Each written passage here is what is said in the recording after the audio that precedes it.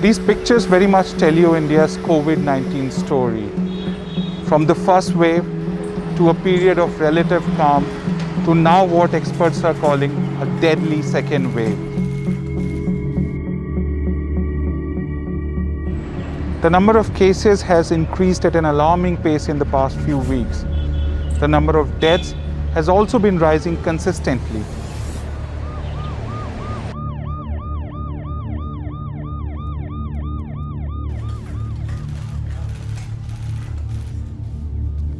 I'm outside one of the most prominent hospitals in Delhi, where ambulances have been coming every few minutes.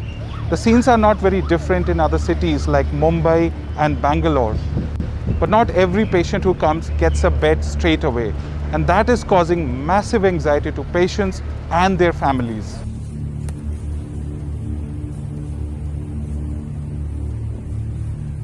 ते 1.5 दिवस इथं राहिले, पण काही ऑक्सिजन नंतर त्यांना व्हेंटिलेटर मिळाला नाही. अति आवश्यक होती व्हेंटिलेटरची, पण आम्हाला एक फोन आला त्याच्यानंतर अमरावतीवरून का इथं बेड अवेलेबल आहे. मग आम्ही आपले पेशंट इथं आणले.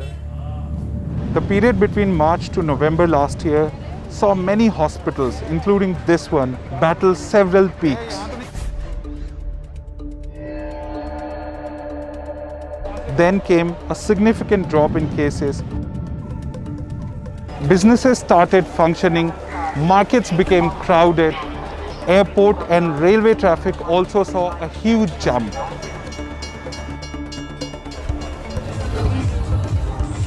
Dance clubs, malls, gyms and swimming pool all started functioning at full capacity. Crowded festivals like Holi and very recently the Kumbh Mela were also being organized. Big election rallies were held in 5 poll-bound states. And one thing was common among all of them. COVID safety protocols were not being followed. People were not maintaining social distancing and were not wearing masks. It seemed India had defeated the dreaded virus. But as it turns out, it was a mistake, a big one. Now doctors say they have to bear the brunt.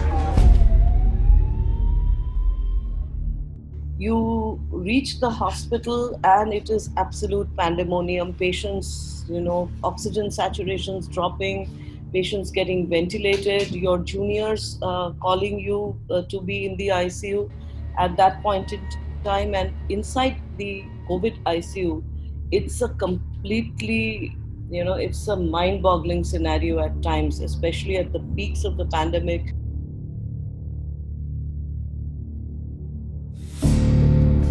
Healthcare systems in many Indian cities are already overwhelmed.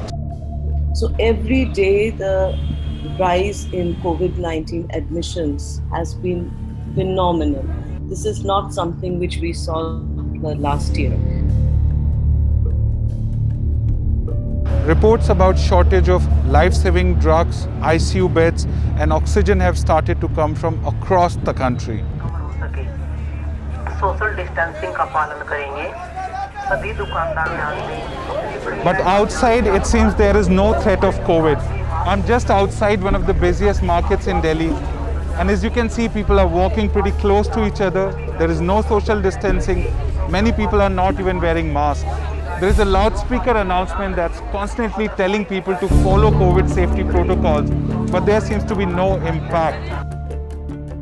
Apart from lax approach to safety protocols, some experts also believe that a new variant could be responsible for the rise. The way the charts have climbed is really quite amazing.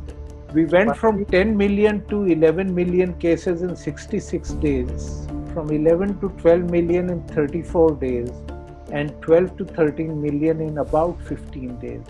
So that's very, very scary, that rate of change.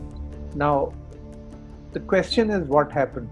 If in December we were saying that enough number of people have been infected and therefore there is a downward curve, how can suddenly the same people become susceptible?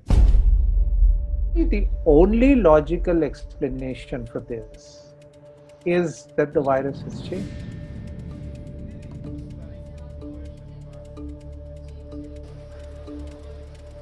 Experts say time is running out and India needs to take some stringent, urgent action to halt the spread.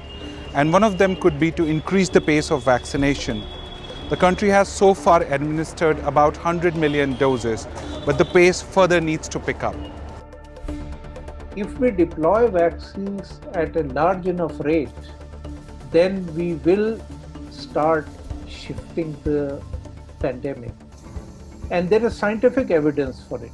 If you look at Israel, if you look at UK, the experience there shows that if you get roughly 40% of your population vaccinated, then you bring the pandemic almost to the baseline.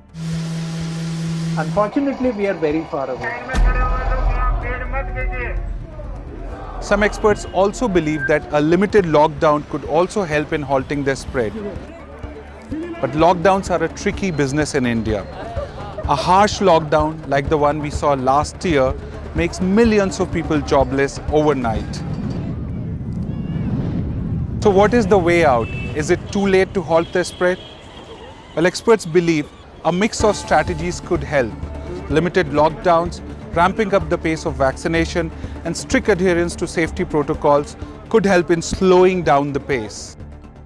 But if that doesn't happen, healthcare workers believe they are going to find it much harder to cope with the wave this time. When you get frantic calls from people that, my next of kin requires a bed, it really pains when you have to tell them, and it's a fact that, the beds are not there. So why did we allow it to come to this stage? And it's really emotionally tormenting. Even after 20 years of intensive care, facing each death is a pain.